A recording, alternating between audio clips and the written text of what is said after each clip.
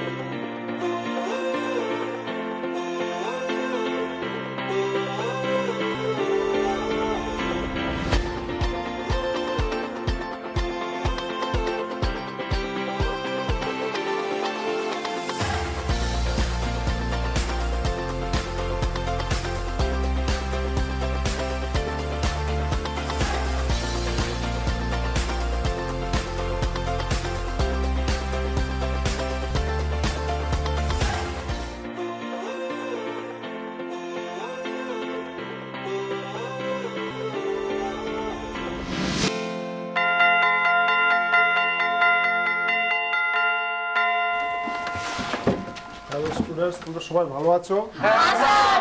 বসো সবাই। আজকে আমি পরিসংখ্যান চ্যাপ্টারটা নিয়ে আলোচনা করব তোমাদের। তোমরা ক্লাস 9-এ পরিসংখ্যান চ্যাপ্টার করেছো এবং তোমরা সংখ্যাগরিষ্ঠ মান, মধ্যমা এবং গড় মান সব নির্ণয় করেছো। তোমরা সরল বিভাজনের ক্ষেত্রে নির্ণয় করেছো তো? এখন তোমাদের কাছে একটা প্রশ্ন করি, যেটা সরল বিভাজনের সংখ্যার মান যদি বেশি হয় তাহলে তোমরা কিভাবে নির্ণয় করবে বলো তো? ঠিক আছে, তুমি বলো। স্যার, এটাকে সমানভাবে ভাগ করে ছোট করা যেতে পারে। হ্যাঁ, সমানভাবে। ঠিক আছে, আমি একটা ছোট্ট উদাহরণ নিচ্ছি। বসো সবাই, বসো। ছোট্ট উদাহরণ নিচ্ছি যে 0 to 10, 10 to 20, আরেকটা নিলাম 20 to 30। ঠিক আছে, এর আগে আরেকটা এক্সাম্পল নিচ্ছি 1 to 10, 10 to 11 to 20, 21 to 30। ঠিক আছে, এই প্রথম যেটা নিয়েছি সেটাকে বলা হবে শ্রেণীর সীমা। হ্যাঁ বলো স্যার। 1, 11, 21 এগুলিকে কি বলে? এই যে, হ্যাঁ বলছি, বসো। এই যে 1, 11 এবং 21 এই যে সংখ্যাগুলো আছে এবং এখানে যে এই সংখ্যাগুলো আছে এটাকে বলা হবে নিম্ন শ্রেণী সীমা, আর এটাকে বলা হবে ঊর্ধ্ব শ্রেণী সীমা। আর এই যে জিনিসটা বলা আছে সেটাকে বলা হবে নিম্ন শ্রেণীর সীমানা, এটাকে বলা হবে ঊর্ধ্ব শ্রেণী সীমানা। ঠিক আছে, তাহলে এবার এখানে যে 1 to 10, 11 to 20, 21 to 30, এখানে দেখো এটাকে বলা হবে প্রথম শ্রেণী, দ্বিতীয় শ্রেণী, তৃতীয় শ্রেণী। এটাকে বলা হবে প্রথম শ্রেণীর সীমানা, দ্বিতীয় শ্রেণীর সীমানা, তৃতীয় শ্রেণীর সীমানা। ঠিক আছে, এবার এই প্রথম শ্রেণীর সীমানা ঊর্ধ্ব মানটা এবং দ্বিতীয় শ্রেণীর সীমানার যে নিম্ন মানটা, এই দুইটা দেখো সেম না? সেম আছে কি? নেই, কিন্তু এখানে দেখো সেম আছে। এই জন্য এটাকে বলা হয় সীমানা আর এটাকে বলা হবে সীমা। বুঝতে পেরেছো? এবার এখানে দেখো তোমাদের 1 to 10, 0 to 10 এই যে নিয়েছি, এই যে ডিফারেন্সটা, পার্থক্য যেটা আছে সেটাকে বলা হবে কি? শ্রেণী দৈর্ঘ্য। কি বলা হবে? শ্রেণী দৈর্ঘ্য। তাহলে আমরা ঊর্ধ্ব সীমানা থেকে নিম্ন সীমানা যখন বাদ দেব তখন আমরা শ্রেণীর দৈর্ঘ্য নির্ণয় করব। এবং আরেকটা জিনিস এখান থেকে তোমাদের কতগুলো সংজ্ঞা শিখতে হবে যে 0 to 10, 10 to 20, 20 to 30 এগুলো যখন তোমরা গড়, সংখ্যাগরিষ্ঠ মান এবং মধ্যমা নির্ণয় করবে সেক্ষেত্রে তোমার মধ্যবিন্দু নির্ণয় করতে হবে। কি নির্ণয় করতে হবে? মধ্যবিন্দু। এই মধ্যবিন্দু কিভাবে নির্ণয় করবে? যে নিম্ন শ্রেণীর সীমানা প্লাস ঊর্ধ্ব শ্রেণীর সীমানা ডিভাইডেড বাই 2। ঠিক আছে, যোগ করে 2 দিয়ে ভাগ করলে যেটা হবে সেটাকে বলা হবে মধ্যবিন্দু। ঠিক আছে, বুঝতে পেরেছো? তাহলে আজকে আমরা এই যে সংজ্ঞা আছে, বিভিন্ন ধরনের প্রতিবেদন আছে, যেটা মধ্যবিন্দু, শ্রেণী দৈর্ঘ্য, নিম্ন শ্রেণী সীমানা, ঊর্ধ্ব শ্রেণী সীমানা, এগুলোর সাহায্যে কিভাবে শ্রেণীবদ্ধ পরিসংখ্যা বিভাজনের গড় মান, মধ্যমা এবং সংখ্যাগরিষ্ঠ নির্ণয় করা হয়, ওইটা আমরা আলোচনা করবো। আমি প্রথমে গড় মানের কথা বলছি। গড় মান তোমরা আগে করেছো সরল বিভাজনের ক্ষেত্রে, করেছো তো? এবার এই এবার শ্রেণীবদ্ধ পরিসংখ্যা বিভাজনের ক্ষেত্রে যে গড় মান নির্ণয় করব, সেখানে 3টে পদ্ধতিতে করা হয়। ঠিক আছে, আমি একটু তোমাদের স্লাইডে দেখাচ্ছি। 3টে পদ্ধতি হচ্ছে, প্রথম দেখো প্রত্যক্ষ পদ্ধতি দেওয়া আছে, কল্পিত গড় পদ্ধতি দেওয়া আছে, ধাপ বিচ্যুতি পদ্ধতি দেওয়া আছে। 3টে পদ্ধতিতে আমরা গড় নির্ণয় করব এবং প্রত্যেকটা ফর্মুলাগুলো আমি একটু দিচ্ছি। এই যে প্রথমটা প্রত্যক্ষ পদ্ধতি আছে x bar is equal to summation over fi xi by capital N। দ্বিতীয়টা দেওয়া আছে x bar is equal to a plus fi di by capital N। তৃতীয়টা দেওয়া আছে x bar is equal to a plus h into fi ui by capital N দেওয়া আছে। ঠিক আছে, এবার হ্যাঁ বলো। তিন পদ্ধতিতে গড় নির্ণয় করা হ্যাঁ, পার্থক্য কি? খুব সুন্দর প্রশ্ন করেছো তুমি। এই 3 পদ্ধতিতে গড় নির্ণয় করার পার্থক্যটা হলো, প্রথম পদ্ধতিতে যদি তুমি গড় নির্ণয় করো, সেই ক্ষেত্রে হবে তোমার কি, ক্যালকুলেশনটা একটু বড় হবে। ঠিক আছে, তারপরে পদ্ধতিটা যদি তুমি করো, ক্যালকুলেশনটা একটু ইজিলি হবে, তুমি অরালি করতেই পারবে। তারপরেটা আরো ইজি হবে। তবে তৃতীয় পদ্ধতিতে যখন তুমি গড় নির্ণয় করবে, সেক্ষেত্রে হবে কি, একটা লিমিটেশন আছে, সীমাবদ্ধতা আছে। সীমাবদ্ধতা কোন জায়গায়, যে তৃতীয় পদ্ধতিতে যখন তুমি গড় নির্ণয় করবে, সেক্ষেত্রে আমাদের যে শ্রেণী সীমা বা শ্রেণী সীমানা যেটা দেওয়া থাকবে, শ্রেণী বিভাগ যেটা দেওয়া থাকবে, সেই ক্ষেত্রে এটা ইকুয়াল হতে হবে। প্রত্যেকটা শ্রেণী দৈর্ঘ্য কি হতে হবে, ইকুয়াল, সমান হতে হবে। বুঝতে পেরেছো? আচ্ছা, এবার প্রত্যেকটা আইডেন্টিফিকেশন আমি একটু দিয়ে দিচ্ছি। দেখো এখানে দেওয়া আছে যে xi-টা কি, যে প্রতিটি শ্রেণীর মধ্যবিন্দু।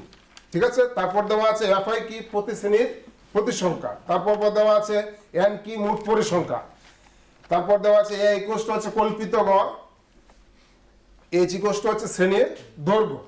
তারপর হচ্ছে di-টা কি, di-টা হচ্ছে xi minus a, that means প্রতিটি শ্রেণীর মধ্যবিন্দু থেকে কল্পিত গড়টাকে বিয়োগ করতে হবে, যেটা দ্বিতীয় ফর্মুলাতে আমরা প্রয়োগ করব। আর তৃতীয় ফর্মুলা যেটা আসবে, এখানে দেখো দেওয়া আছে ui, that is xi minus a by h।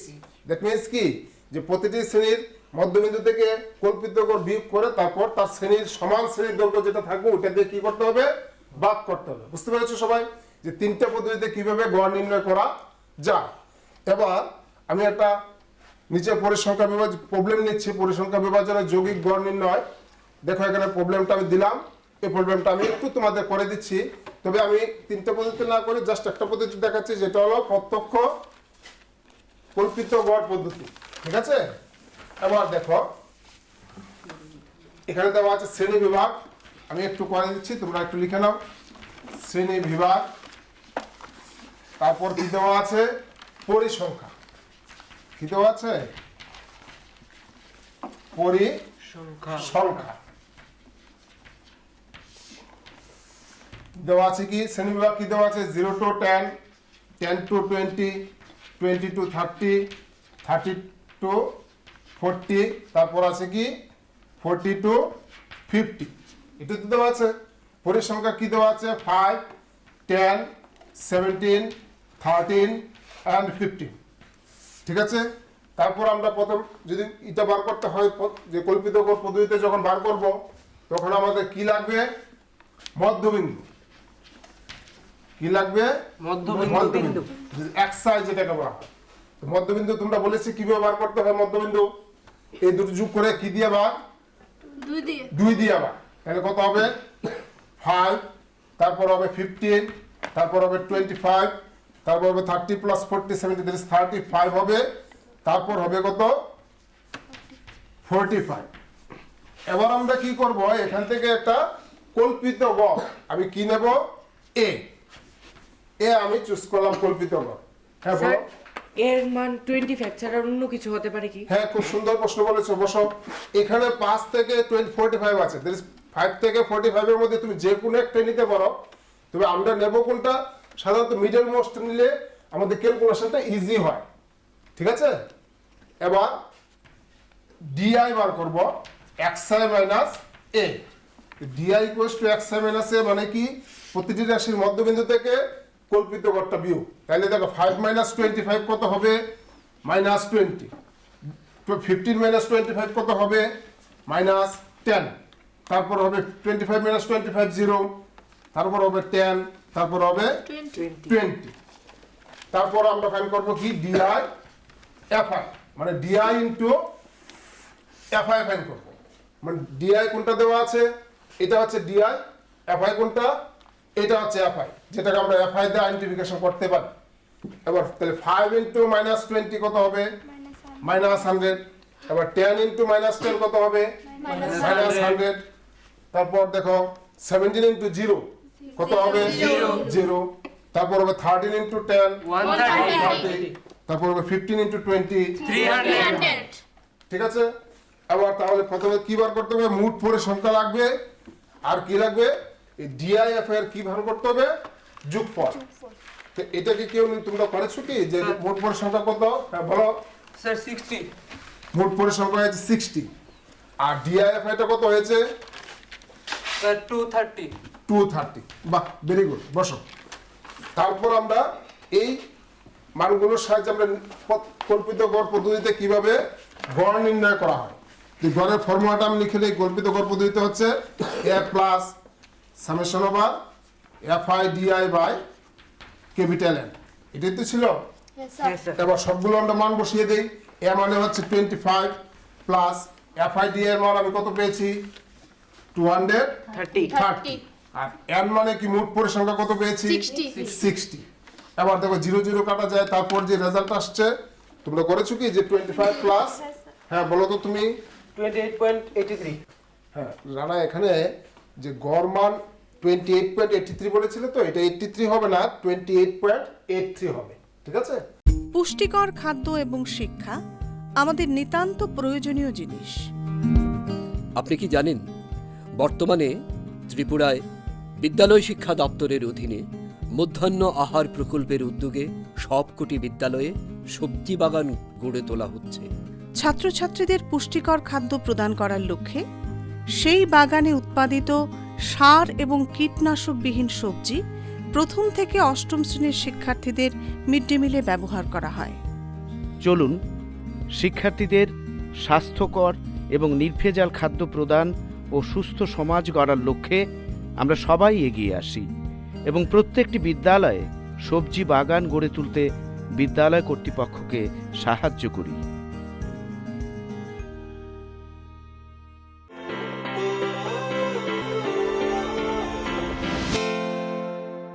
তাহলে এখন আমরা যে শ্রেণীবদ্ধ পরিসংখ্যা বিভাজনে কিভাবে মধ্যমা এবং সংখ্যাগরিষ্ঠ মান নির্ণয় করে এটা আমরা আলোচনা করব।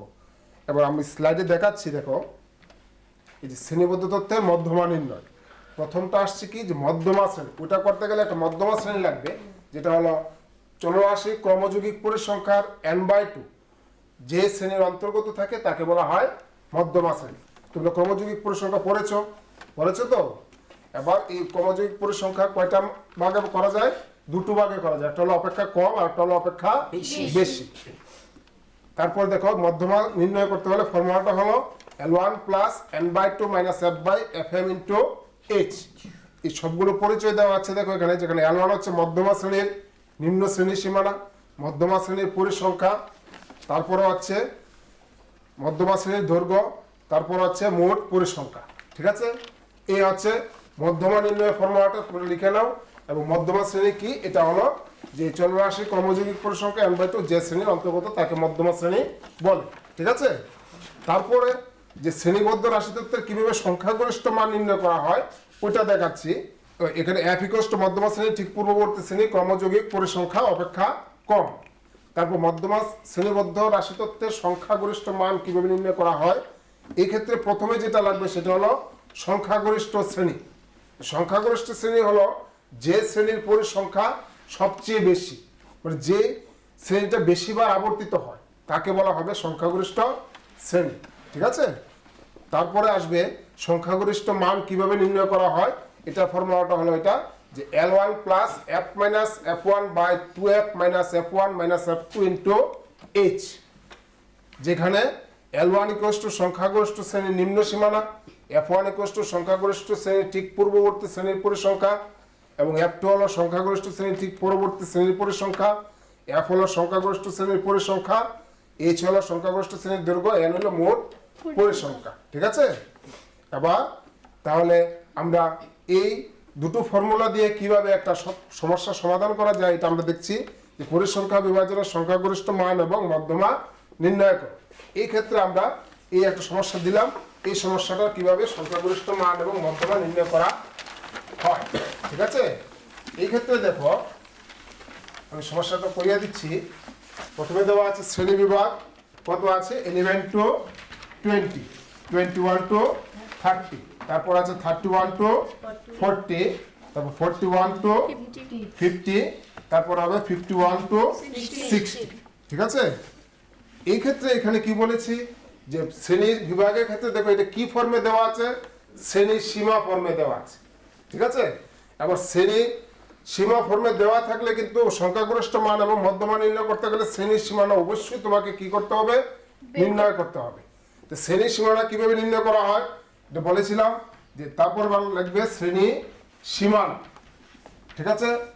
শ্রেণীর সীমানা এখানে 11 আর এখানে 20, এখানে 21 আর 30, এই ডিফারেন্সটা কত আছে, কত আছে ডিফারেন্সটা 1, 21 মাইনাস 20 কত 1, 1 কে 2 দিয়ে ডিভাইড করলে কত হবে 0.5। তাহলে এগুলো থেকে আমি কি করব, মাইনাস করব, মাইনাস করতে হবে, আর এটার সঙ্গে কি করব, প্লাস করতে হবে। তাহলে এটা হবে 10.5 আর এটা হবে 20.5। তাহলে এটা লিখে নাও 20.5 to 30.5, 30.5 to 40.5, তারপর 40.5 to 50.5, তারপর 50.5 to 60.5। ঠিক আছে? এবার কি দেওয়া আছে, পরিসংখ্যা। পরিসংখ্যাটা কত দেওয়া আছে, 7, কি দেওয়া আছে পরিসংখ্যা, 7, 10, তারপর 50, 13, 15, 5। তাহলে প্রথমে আমার বার করতে হবে মোট পরিসংখ্যা কত আছে, কত আছে মোট পরিসংখ্যা, যোগ করলে কত হয়, কত হয় 50। বাহ, মোট পরিসংখ্যা n ইকুয়ালস টু আছে 50। তাহলে যখন আমি দেখো দুটো প্রবলেম এখানে দিয়েছি, একটা হচ্ছে সংখ্যাগরিষ্ঠ মান, একটা মধ্যমা। সংখ্যাগরিষ্ঠ মানের ক্ষেত্রে আমার শুধুমাত্র টেবিলটা এতটুকু করলেই হবে, 3টি সারি করলেই আমাদের কলাম করলেই হবে। এক্ষেত্রে যে সংখ্যাগরিষ্ঠ প্রথমে তোমার বার করতে হবে সংখ্যাগরিষ্ঠ শ্রেণী, কি বার করতে হবে, সংখ্যাগরিষ্ঠ শ্রেণী। একটু আগে আমি বলেছিলাম যে সংখ্যাগরিষ্ঠ শ্রেণী কোনটা, যে শ্রেণীর পরিসংখ্যা সবচেয়ে বেশি। তাহলে এখানে কোন শ্রেণীর পরিসংখ্যা সবচেয়ে বেশি, কোন শ্রেণীর পরিসংখ্যাটা সবচেয়ে বেশি, 41 to 50 যেটা আছে, দ্যাট ইজ 40.5 to 50.5। তোমাদের নেবে কিন্তু শ্রেণীর সীমানা 40.5 to 50.5। তাহলে সংখ্যাগরিষ্ঠ শ্রেণী হবে 40.5 to 50.5। ঠিক আছে? তাহলে এবার এখান থেকে আমরা, এটা হচ্ছে L এর মান, L1 যেটা, L1 হচ্ছে 40.5, এটা হচ্ছে কি F, তার আগেরটা হচ্ছে F1, তারপরেরটা হচ্ছে কি F2। ঠিক আছে? এবার তাহলে আমরা এখান থেকে সংখ্যাগরিষ্ঠ মান বার করতে পারবো। তাহলে সংখ্যাগরিষ্ঠ মান লেখো, সংখ্যাগরিষ্ঠ মান সমান সমান ফর্মুলাটা হলো L1 plus F minus F1 by 2 into F1 minus 2 into F minus F1 minus F2 into H। ঠিক আছে? এবার ইকুয়ালস টু L1 তাহলে কত পেলাম আমরা 40.5 প্লাস F কত পেলাম, sir 15, 15 minus 13 by 2 into 15 minus কত হবে, F1 কত পেয়েছি আমরা 13 মাইনাস 5। বাহ, আর H হবে কি, এটা দৈর্ঘ্যটা, দৈর্ঘ্যটা কত হবে 10।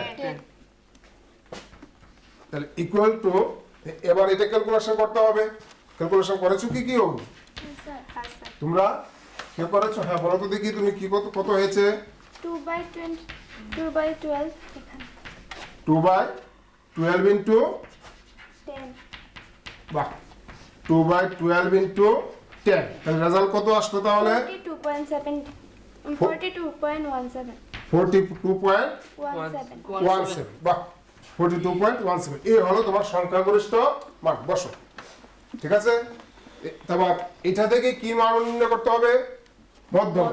তো এই মধ্যমা নির্ণয় করতে গেলে তোমাদের শুধুমাত্র আর একটা কলাম করতে হবে এক্সট্রা, ঠিক আছে। এই কলামটা আমি করে দিচ্ছি। এই কলামটা হবে কি? ক্রমযৌগিক পরিসংখ্যা। কি বার করতে হবে? ক্রমযৌগিক পরিসংখ্যা, যেখানে হবে তোমার কি অপেক্ষা ক্রমটা আমরা সাধারণত নির্ণয় করি, ঠিক আছে। আমি শর্ট ফর্মে লিখেছি ক্রমযৌগিক পরিসংখ্যা অপেক্ষা কম, ঠিক আছে। এবার তাহলে ক্রমযৌগিক পরিসংখ্যা অপেক্ষা কম কিভাবে নির্ণয় করে? প্রথমে কত হবে? পরিসংখ্যা কত আছে? 7। তারপর এটার সঙ্গে এটা যোগ করলে কত? 70। এটার সঙ্গে এটা যোগ করলে 30। তারপর এটার সঙ্গে এটা যোগ করলে 45 পরে আসবে 50। এটা আর এটা কিন্তু সবসময় তোমাদের কি আসতে হবে? সমান আসতে হবে। তারপর এখান থেকে প্রথমে আমরা কি বার করব? মধ্যমা শ্রেণী। কি বার করব? মধ্যমা শ্রেণী। তাহলে মধ্যমা শ্রেণী দেখো, মধ্যমা শ্রেণী তাহলে কত আসলো দেখো এখানে। মধ্যমা শ্রেণী কিভাবে বার করে? n/2 মোট পরিসংখ্যা আমি কত পেয়েছি? 50। 50 কে 2 দিয়ে ডিভাইড করলে কত হবে? 25। 50/2 তার মানে হচ্ছে কত? 25। এই 25টা কোথায় আছে আমাকে খুঁজে বার করতে হবে ক্রমযৌগিক পরিসংখ্যা। 30 তাহলে 30 তে থাকবে। তার মানে কি এটা হচ্ছে তোমার কি সংখ্যা? ক্রমযৌগিক পরিসংখ্যা তা আছে, দ্যাট মিন্স মধ্যমা শ্রেণী। মধ্যমা শ্রেণীটা কত হলো? যে 30.5 থেকে 40.5। তাহলে আবার আমরা সবগুলো লিখতে পারবো এখান থেকে। এটা হলো L1 মধ্যমার ক্ষেত্রে মোট পরিসংখ্যা আমরা পেয়ে গেলাম। তাহলে ক্রমযৌগিক পরিসংখ্যা এটা হবে কি? তোমার 13 হবে কি এখানে যে মধ্যমা শ্রেণীর পরিসংখ্যা, ঠিক আছে। তাহলে আমরা ফর্মুলাটা লিখি। মধ্যমা সমান সমান কি হবে? L1 plus n/2 minus f/fm into h। এটাই তো ছিল ফর্মুলাটা।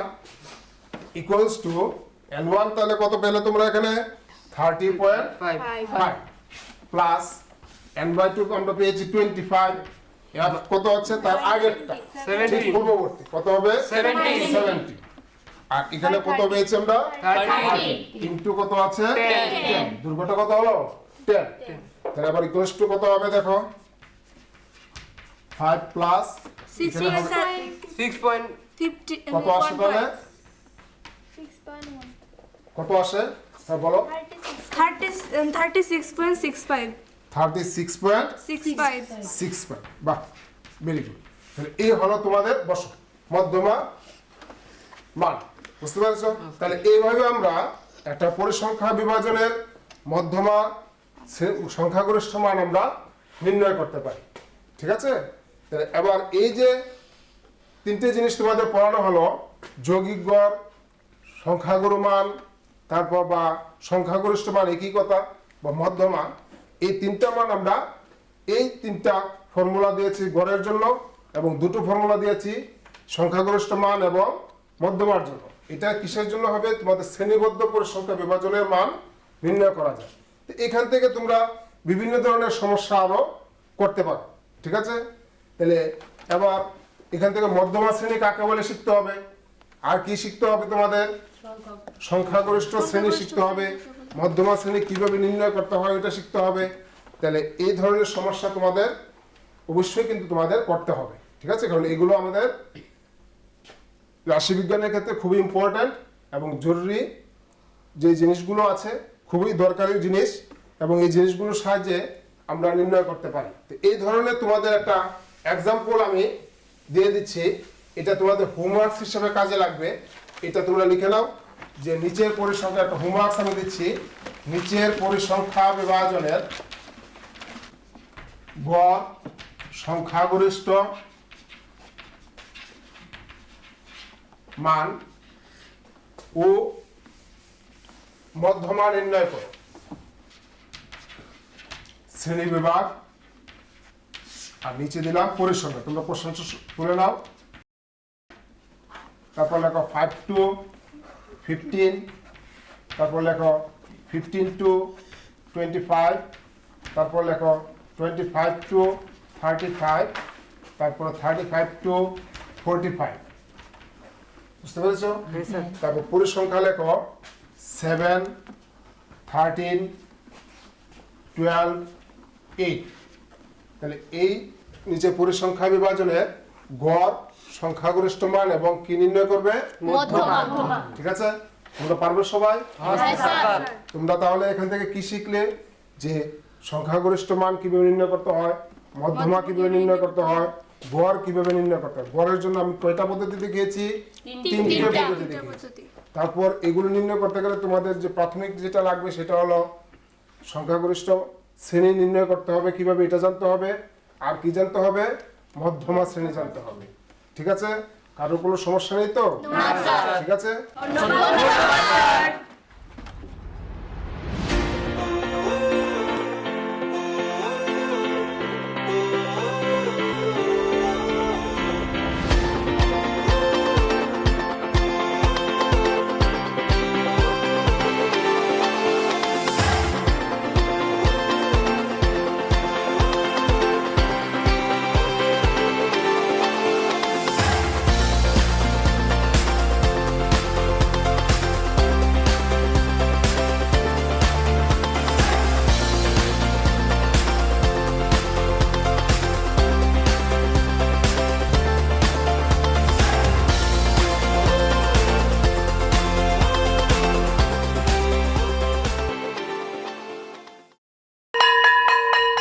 ড্রপ আউটের ঘুচিয়ে ক্ষত, স্কুলে পড়ুয়ার বাড়ছে ভিড়, সর্বশিক্ষা মিড ডে মিলে স্কুল সকলের আশার নীড়।